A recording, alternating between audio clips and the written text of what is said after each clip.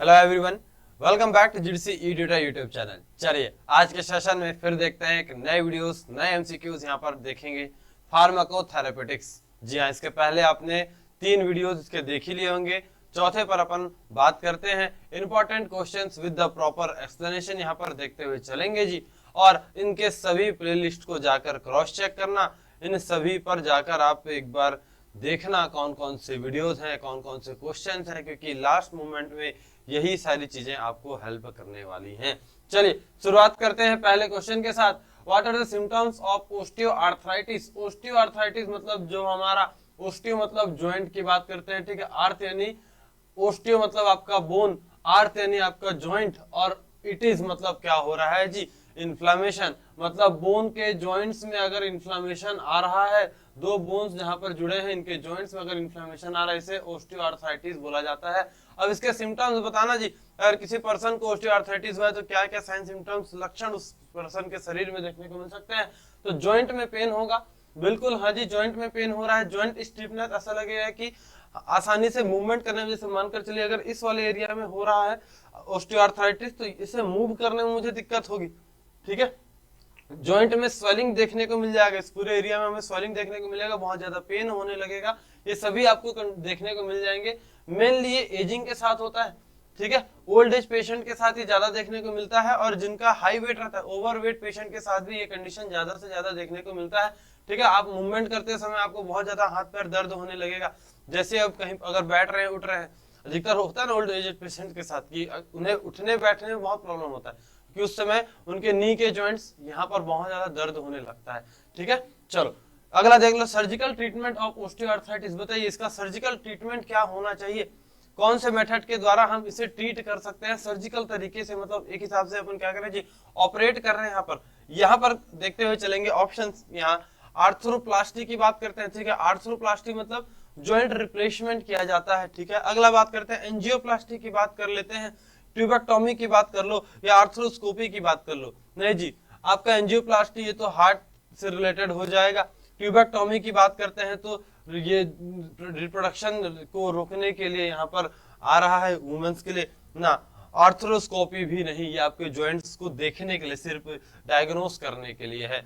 यहाँ पर बात करते हैं आर्थ्रोप्लास्टी की बात कर लो। आर्थ्रोप्लास्टी में क्या होता है, जॉइंट को आर्टिफिशियल तरीके से रिप्लेस किया जाता है, ठीक है। ये हो जाएगा आपका करेक्ट आंसर। सर्जिकल तरीके से अगर हमें इसे ट्रीट करना है तो आर्थ्रोप्लास्टी का अपन यूज करते हैं, मेनली नी जॉइंट्स में ये काम देता है। बीसीजी वैक्सीन की बात करते हैं, ठीक है। इसका एडमिनिस्ट्रेशन किस चीज के इम्यूनिटी के लिए किया जाता है, बताइएगा किस डिजीज के लिए बीसीजी वैक्सीन का यूज करते हैं? मलेरिया के लिए, ट्यूबरकुलोसिस के लिए कर रहे हैं, जॉन्डिस के लिए या हेपेटाइटिस के लिए? यहाँ पर क्या निकल जाएगा करेक्ट आंसर आपके लिए? जी हाँ बिल्कुल, अगर बात करते हैं माइकोबैक्टीरियम ट्यूबरकुलोसिस, इसके ट्रीटमेंट के लिए अपन क्या करते हैं, बीसीजी वैक्सीन में इनके लाइव एंटीजन, ठीक है, ट्यूबरकुलोसिस माइकोबैक्टीरियम ट्यूबरकुलोसिस के लाइव एंटीजन हम यहाँ पर लेते हैं, जिससे ट्यूबरकुलोसिस का ट्रीटमेंट होता है और हमारे बॉडी में ट्यूबरकुलोसिस के अगेंस्ट इम्यूनिटी जनरेट होती है। ये ध्यान में रख लेंगे जी। चलो अगला क्वेश्चन देख लो, सडन अपीयरेंस और worsening of RA rheumatoid arthritis symptom is referred to as, ठीक है। क्या होता है यहाँ पर बताना, रूमेटॉइड आर्थराइटिस की बात करते हैं। यहाँ पर अगर सडन हो रहा है तो कौन सा टर्म यूज करना है, आउटब्रेक, फ्लेयर बात करते हैं, बर्स्ट की बात करते हैं, या इरप्शन की बात कर लेंगे? यहाँ पर करेक्ट आंसर निकलेगा जी आपके लिए फ्लेयर। जरा देखते हुए चलेंगे, फ्लेयर है। अब यहाँ पर देखिए क्या हुआ, एकाएक होता है, सडन होता है और लंबे समय तक दर्द होने लगता है। एक हफ्ते से लेकर 1 हफ्ते 1.5 हफ्ते तक आपको दर्द होने लगेगा, नॉर्मल कंडीशन। और यहाँ पर देखिए रूमेटॉइड आर्थराइटिस क्या हो गया, जॉइंट्स यहाँ पर डिसअरेंज हो रहे हैं, आपके जॉइंट्स यहाँ पर डिसअरेंज हो रहे हैं, ये क्लियर करना। कार्टिलेज का कॉन्सेंट्रेशन भी यहाँ पर कम होने लग जाएगा और एक्सेसिव अमाउंट में आपको दर्द होने लगेगा। अगला question, to prevent the urinary tract infection, in short UTI की बात करते हैं। कुछ डॉक्टर्स रिकमेंड करते हैं कि आपको इनमें से कोई सा एक लिक्विड लेना रहेगा, ये इससे अगर लेंगे तो आपको कुछ हद तक राहत मिलेगा यूटीआई से। पहला बोला गया है जी आपका लिमोनेड बोल रहे हैं, या क्रैनबेरी जूस की बात करते हैं, ग्रीन टी की बात करो, या एप्पल जूस की बात करते हैं।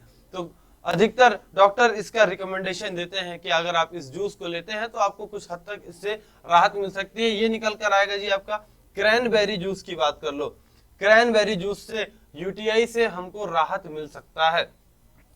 एज अ सप्लीमेंट भी इसे यूज किया जाता है। Rheumatoid arthritis can be treated by, किस तरीके से रूमेटॉइड आर्थराइटिस को हम यहाँ ट्रीट कर सकते हैं, ठीक है, जॉइंट से रिलेटेड बात करेंगे जी। मेडिकेशन, एक्सरसाइज, सर्जरी, या ये सभी कर सकते हैं। बिल्कुल, मेडिकेशन यहाँ पर मेडिसिन लेकर यूज कर सकते हैं जी, बिल्कुल बहुत सही। एक्सरसाइज भी किया जा सकता है, यहाँ पर साइकिलिंग वाले एक्सरसाइज यहाँ पर कर सकते हैं। सर्जरी, अगर लास्ट कुछ नहीं हो रहा है तो एट लास्ट ऑप्शन आपके पास क्या है, सर्जरी। तीनों ही यहाँ पर आपको देखने को मिलेंगे, क्लियर करना है ना। चलो, ये किताब बिल्कुल आप देख सकते हैं, नीचे डिस्क्रिप्शन बॉक्स में आपको इसका लिंक मिल जाएगा। थ्योरी बुक है और दूसरी एमसीक्यू बुक, एक साइड से थ्योरी पढ़ना, उसके बाद एमसीक्यूज इनके लगाते हुए चलना। जी हाँ, बहुत हेल्प करने जाएगी आपको। और इसके बाद देखते हैं एफासिया, ठीक है, इसका मतलब क्या होता है, एफेसिया का मतलब क्या होता है, inability to express through speech, ठीक है, मतलब बोलने में प्रॉब्लम आ रहा है। मेमोरी लॉस की बात करते हैं, inability to recognize familiar objects, ठीक है, याद नहीं कर पा रहे हैं, रिकॉग्नाइज नहीं कर पा रहे हैं, या इनमें से कोई सा भी नहीं। चलिए, एफेसिया की बात कर लो, इसका मतलब क्या होता है, बोलने में, पर्सन बोलने में उसे प्रॉब्लम होता है, स्पीचलेस हो जाता है, प्रॉपर तरीके से कोऑर्डिनेट नहीं कर पाता, सोच कुछ और रहा है, बोल कुछ और रहा है, अपनी बातों सामने वाले को समझा नहीं पाता। ये निकल कर आ जाएगा आपके लिए, ठीक है।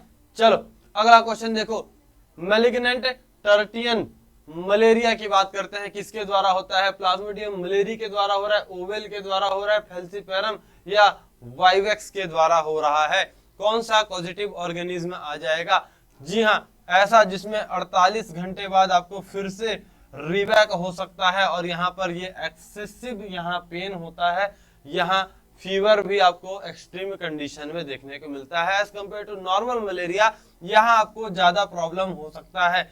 चलिए, ये निकल कर आएगा जी आपका प्लाज्मोडियम फैल्सीपेरम के दौरान होता है। प्लाज्मोडियम फैल्सीपेरम ये पॉजिटिव ऑर्गेनिज्म रहेगा, ये जरूर से रिमेंबर करते रख लेना। अगला क्वेश्चन देख लेते हैं, तो क्लिनिकल मैनिफेस्टेशन ऑफ डायबिटीज बोला है। डायबिटीज अगर किसी पर्सन को हुआ है तो किस तरीके के लक्षण उसमें देखने को मिलते हैं। फैटिग यानी हमेशा कमजोरी महसूस होना, ठीक है, इरिटेबिलिटी, छोटे छोटे बातों पे इरिटेट हो जाना, फ्रीक्वेंट यूरिनेशन, हाँ जी, दिन में कई बार आपको वॉशरूम जाना पड़ेगा, यूरिनेशन आपको होगा, ब्लरी विजन, प्रॉपर तरीके से चीजें नहीं दिखना, हमेशा ब्लर, कुछ भी देख रहे हैं, दूर का चीज देख रहे हैं, पास का चीज देख रहे हैं तो थोड़ा सा हमें ब्लर दिखेगा, उतना क्लियर नहीं दिखता है। ये सभी कंडीशंस आपको देखने को मिल जाएंगे डायबिटीज कंडीशन में। जी हाँ, जब आपके बॉडी में, जब आपके ब्लड में शुगर लेवल नॉर्मल रेंज से बढ़ जाएगा, ये कहलाएगा आपका डायबिटीज, ठीक है। चलो, अगला क्वेश्चन देखते हैं, which of the following is the positive mite causing scabies. Scabies, हाँ जी, हमारे डर्मल लेयर पर, ठीक है, ये हो गया, मानकर चलो हमारा डर्मल लेयर, इसमें डर्मल लेयर में एक छोटे माइट होते हैं जो एंट्री करता है, और एंट्री करने के बाद वो धीरे धीरे आगे बढ़ेगा, हमारे डर्मल लेयर, हमारे स्किन के लेयर के अंदर आगे बढ़ेगा, और अपने छोटे छोटे वो एग देना स्टार्ट करेगा। यही एग धीरे धीरे ये भी बढ़ने लग जाते हैं, ये पूरे बॉडी में मूवमेंट करते हैं, जहां जहां पर ये मूव करेंगे वहां वहां पर आपको इचनेस महसूस होगा, वहां वहां पर आपको जलन जैसा महसूस होने लगेगा।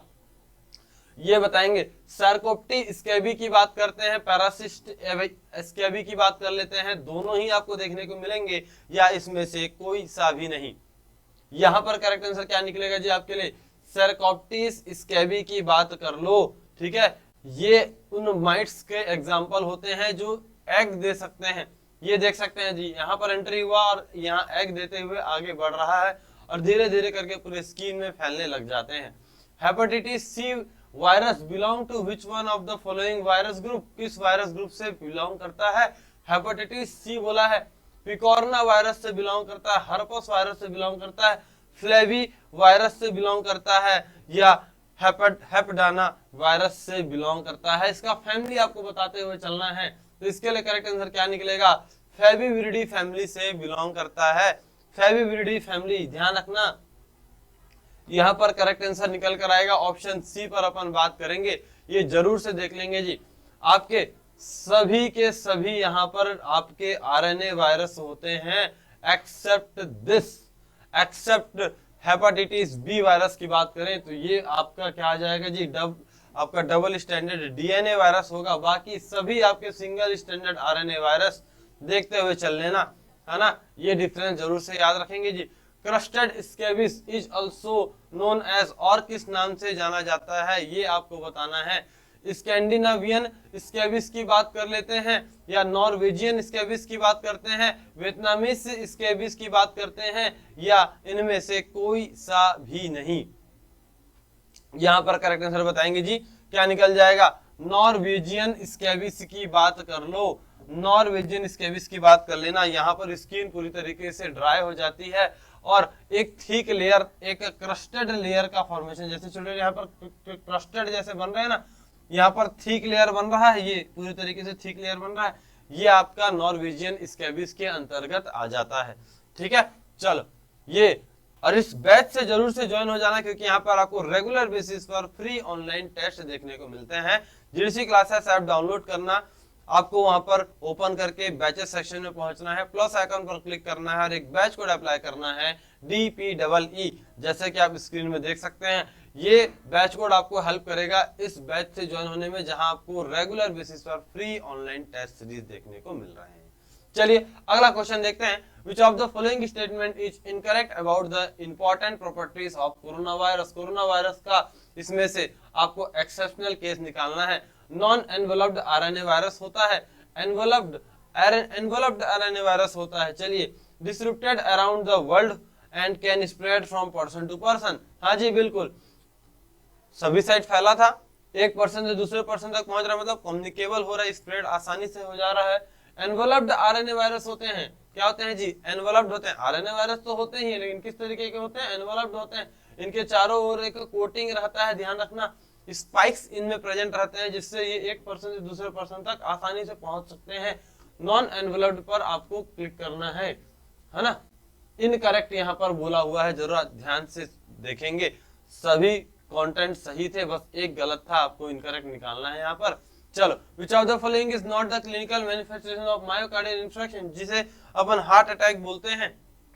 एकाएक अगर हमारा हार्ट बीट करना बंद हो जाए, ठीक है, अगर अटैक आ जाए, रुक जाए उसका पंपिंग, इसे मायोकार्डियल इंफ्रेक्शन के नाम से जानते हैं। चेस्ट पेन होता है, हाइपरटेंशन होता है, फैटिग एंड डिस्पेनिया होता है, या बात करते हैं डायबिटीज।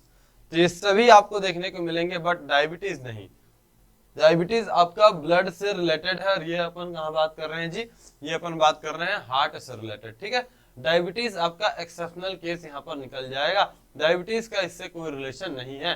नेक्स्ट क्वेश्चन देख लो, which of the following drug is used in the treatment of pneumonia? Pneumonia के ट्रीटमेंट में किसका यूज करते हैं? एमोक्सिसिलिन का यूज कर रहे हैं, सेफुरोक्सिन का यूज कर रहे हैं, या लिवोफ्लॉक्सासिन की बात करते हैं, या ये सभी आपको देखने को मिल जाएंगे निमोनिया के ट्रीटमेंट में। ठीक है, चलिए ये क्लियर करते हुए चलना है ना।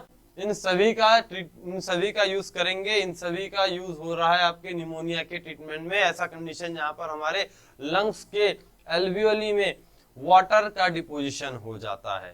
क्लियर है? चलिए इन सभी क्वेश्चंस को अच्छे तरीके से देखते रहना, और अभी जो आपको यहाँ पर प्लेलिस्ट मिल रही है, इन सभी प्लेलिस्ट में जाकर इनके भी वीडियोस को वॉच करना।